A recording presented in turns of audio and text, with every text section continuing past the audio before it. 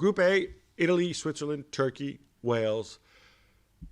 Okay, I'll leave it to you to say. We always want to step back if we're Italy fans, but the reality is Italy have I think it's completely irrelevant, but Italy have historically done better when they go into tournaments not on a high. Yep. They're absolutely flying right now. They're really, really fun to watch.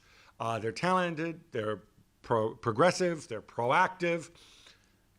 The strongest area of the pitch, by far, is the midfield, which I think is something we've almost never seen in Italy side, Jules.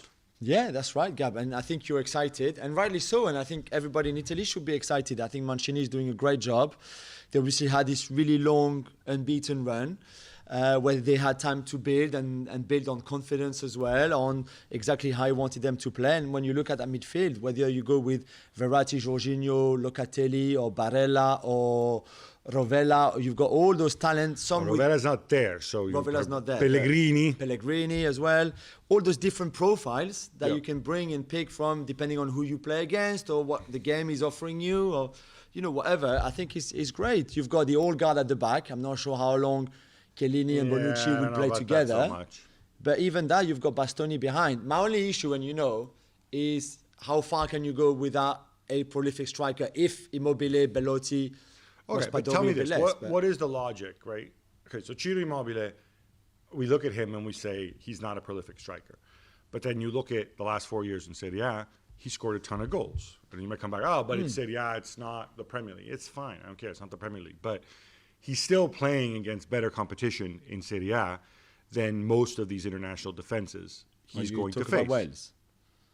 I would argue. Because otherwise, he faced Demiral and Soyuncu against Turkey. Okay, I'll give you... And Akanji and... I don't know who's going to play next to him for Switzerland. But right, but there is the occasional good defense in Serie A as well. But what I'm saying is, he has scored a lot. He scored a ton of goals.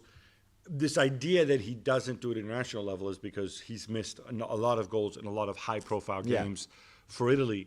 But I wonder, again, sample size and so on, if they create enough chances for him, you have to believe he's going to score. But I agree with you. The alternatives, Andrea Belotti, who was on a horrible team last year, didn't score a lot of goals, but works hard, and my man Jack Raspadori, who, of course, only made his debut the other day. He's young. So, but you could go. I'm just wondering where the goal is going to come from, because you're going to create, and as we've seen, and I think there's a limit to how much Barella and Verratti can score. Certainly Verratti, and Jorginho's penalties, and then set pieces. Okay, but then who from your front three? Again, whether that's Insigne, let's say Insigne, Immobile, and Chiesa probably. Yeah. We'll start up front. You will need a lot of goal as well, potentially from Chiesa and Insigne, if Immobile is not in that sort of striking form. What I like about this is you have a lot of players who are not afraid to shoot and not to take responsibility. And that's something different that we have. In Italy in the past, it's always been, you're the star player. Okay, Mr. Totti, you shoot from wherever you want, as much as you want, and then everybody else will just go and win the ball back. It's not like that anymore. Yeah. Those midfielders, they're young. They're not afraid to take responsibility. Chiesa's not afraid. Berardi's certainly not afraid. So we'll see how it goes.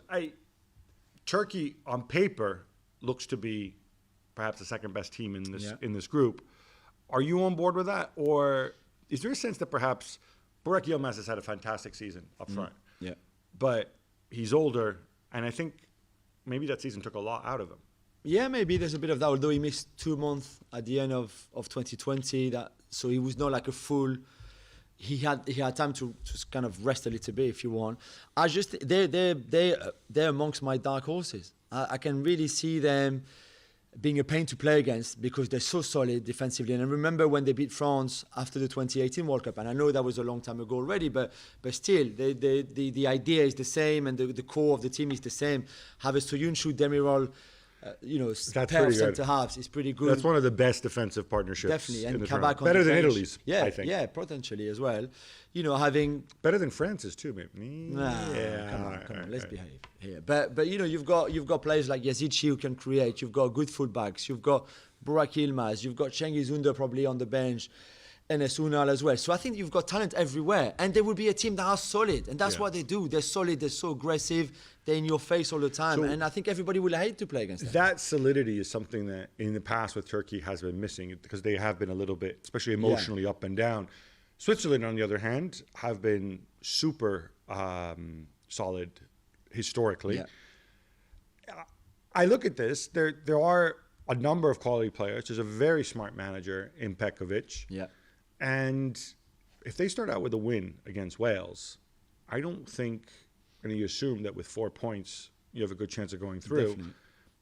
I think they can feel pretty good about their chances. I think you're right. And we will talk in a bit about the Belgium golden generation. This is very similar with this Switzerland squad because you've got some good youngsters coming through, but it's still the Chakas and Shakiris and, Sommer and people like that who've carried that team all the way with Petkovic. Petkovic has been a manager for, 10 years or something.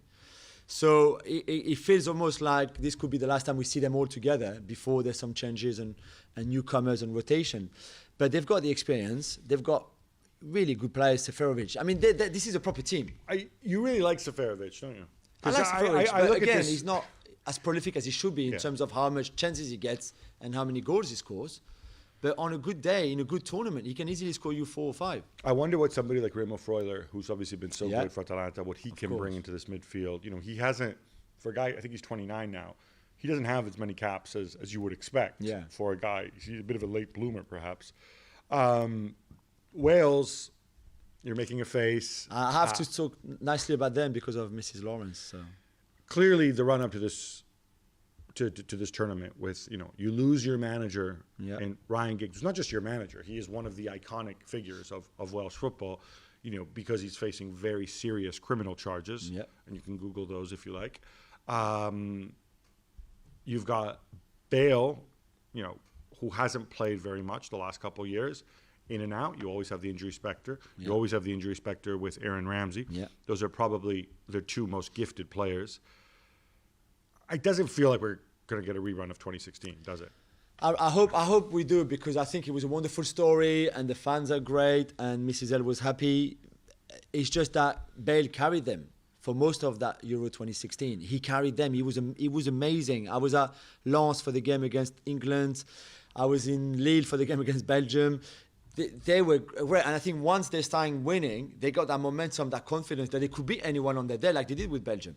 Portugal was a step too high, but in the semis. But the problem is Bale is not the Bale that he was in 2016. He can have good moments, of course, and he might score goals, of course, but it's just not the same. So as much as it pains me to say, I think they will struggle certainly to do exactly the same that they did in 2016.